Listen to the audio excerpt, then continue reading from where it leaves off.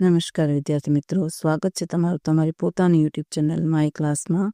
આજે આપણે ભણીશું ધોરણ 9 વિષય ગણિત, ગાલા વિકાસ ગણિત પોથીમાં સ્વાધ્યાય 12.1માં દાખલા નંબર 1. જો વિદ્યાર્થી મિત્રો રકમ વાંચો, કોઈ એક સંસ્થા દ્વારા 15 થી 44 વર્ષોમાં વચ્ચેની વયવાળી સ્ત્રીની માંદગી અને મૃત્યુના કારણો શોધવા માટે કરવામાં આવેલ વિશ્વવ્યાપી સર્વેક્ષણના નીચે પ્રમાણેના આંકડા મળ્યા હતા. હવે જો કારણો અને મૃત્યુદર. પેલું પ્રજનન સ્વાસ્થ્ય સ્થિતિ તો 31.8 સ્ત્રી મૃત્યુદર ટકામાં છે. પછી જ્ઞાનતંતુ સંગત મનોવિકાર તો 25.4. પછી ઈજાઓ તો 12.4. હૃદય અને રક્તવાહિકા તંત્રની સ્થિતિ તો 4.3. શ્વસન તંત્રની સ્થિતિ તો 4.1 અને અન્ય કારણો આવશે 22.5. હવે શું છે, ઉપર આપેલી માહિતીની આલેખાત્મક રજૂઆત કરો. એટલે આપણે આલેખ દોરવાનો છે.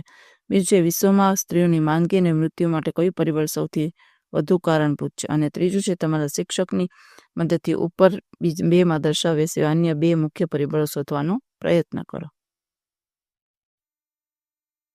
ચાલો વિદ્યાર્થી મિત્રો, આપણે સ્તંભ આલેખ તૈયાર કરવાનો છે. આ રીતે પહેલા દાખલાનું 12.1માં જુઓ, પહેલો દાખલો છે. આ રીતે તમે સ્તંભ આલેખ તૈયાર કરો અને પછી એની માહિતી પણ આપણે લખતું જવાનું છે.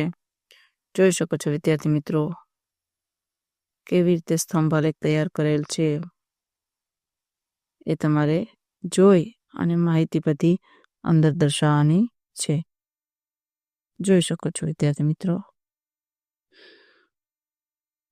જો એક્સ અક્ષ ઉપર શું દોરેલું છે સ્તંભ, એનું તમે ઉપર દર્શાવી શકો, અહીંયા નીચે નહીં. અને બીજાનો જવાબ છે, અપૂરક પોષણ અને જરૂરી સ્વાસ્થ્યની સેવાઓના અભાવને ગણી શકાય. જવાબ અહીંયા આપણે બીજો અહીંયા લખવાનો છે. હવે આ રીતે તમે લખી શકો છો, માહિતી દર્શાવી શકો છો.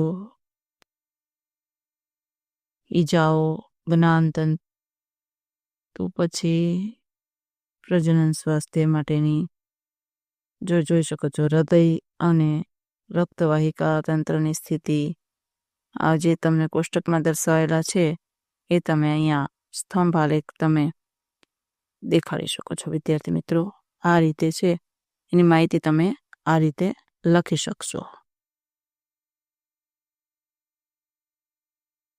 જોઈ શકો છો આ રીતે તમારે માહિતી આલેખ દોરી અને લખવાની થાય છે.